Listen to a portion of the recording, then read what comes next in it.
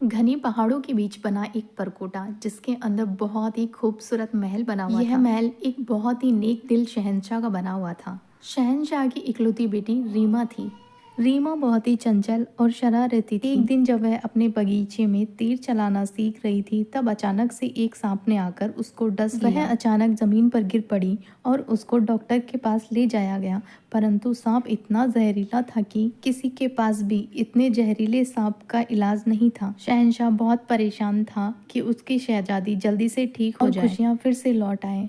शहंशाह ने दूर देशों से जहर उतारने वालों को बुलाया, परंतु किसी के पास भी इस जहर का तोड़ नहीं था। शहजादी अपने कमरे में ही लेटी हुई थी और उसका चेहरा अब बिल्कुल सफेद पड़ गया था और उसकी आंखें भी बंद हो गई थी। बादशाह इसको बचाने की हर मुमकिन कोशिश कर रहा था। शहंशाह ने एक ऐलान करवाया कि जो कोई भी राजकुमारी को ठीक करेगा उसको मूल्यवान उपहार से नवाजा जाएगा। एक दिन एक हकीम महल के दरवाजे पर पहुंचा जिसने राजकुमारी की हालत के बारे में सुना था। हकीम ने अपने बारे में बादशाह को बताया और उसने कहा कि मुझे इस जहर के तोड़ के बारे में पता है। उसने बताया कि दूर एक गुफा जिसके अंदर एक जादुई फूल है, इसके रस से सांप के जहर को खत्म किया जा सकता है और उस फूल की रक्षा स्वयं जंगल करता है और सिर्फ वही लोग उस फूल तक पहुंच सकते हैं जिनका मन साफ हो और वो नेक दिल के हों। बादशाह ने पूरे महल में ढिंडोरा पिटवा दिया कि जो भी उस फूल को तोड़ कर लाएगा उसकी शादी राजकुमारी के साथ कर दी जाएगी। एक शहजादे ने वहां पर जाने का तुरंत फैसला कर लिया। शहजादा उस गुफा की ओर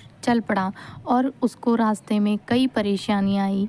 उसको बहुत मुसीबतों का सामना करना पड़ा और फिर आखिरकार वह उस गुफा तक पहुंच ही गया। शहजादी ने फूल को देखा। फूल बहुत ही खूबसूरत और चमकदार था। जैसे ही शहजादी ने फूल को छुआ वो बहुत ही कोमल था और उसमें से एक परी निकली जो उस फूल की रक्षा किया करती थी। परी ने शहजादे से कहा, तुम फूल को तभी ले सकते हो जब तुम कुछ सवालों का सही सही जवाब दे दोगे। परी ने कहा, ऐसी कौन सी चीज है जो बिना पैरों के चलती है, बिना पंखों के उड़ती है और बिना मुंह के बोलती है। शहजादे ने उत्तर दिया, हवा। इस पर परी बोली, बहुत ही अच्छा जवाब है तुम्हारा और तुम इस फूल को ले सकते हो। शहजादे ने परी को धन्यवाद कहा और फूल को बहुत ही सावधानी से तोड़कर अपने साथ ले जाने लगा। शहजादे ने फूल को लिया और बेहद ही सावधानी से फूल को तोड़कर अपने साथ ले गया। शहजादा फूल को लेकर महल पहुंच गया और उसने शहंशाह को ये फूल दे दिया। शहंशाह ने ये फूल उनको दे दिया जो राजकुमारी के लिए दवाई तैयार कर रहे थे।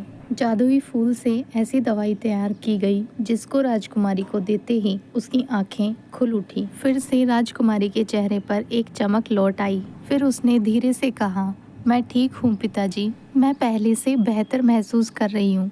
इस पर बादशाह ने अपनी बेटी को गले से लगा लिया। राजकुमारी को होश आने के बाद महल में फिर से खुशियां लौट आई। शहंशाह ने अपनी बेटी राजकुमारी का विवाह शहजादे के साथ तय कर दिया। पूरे महल को खूब सजाया गया और शहजादे और शहजादी का विवाह कर दिया गया। उम्मीद है आपको स्टोरी पसंद आई होगी। पसंद आई हो तो please like, share and subscribe.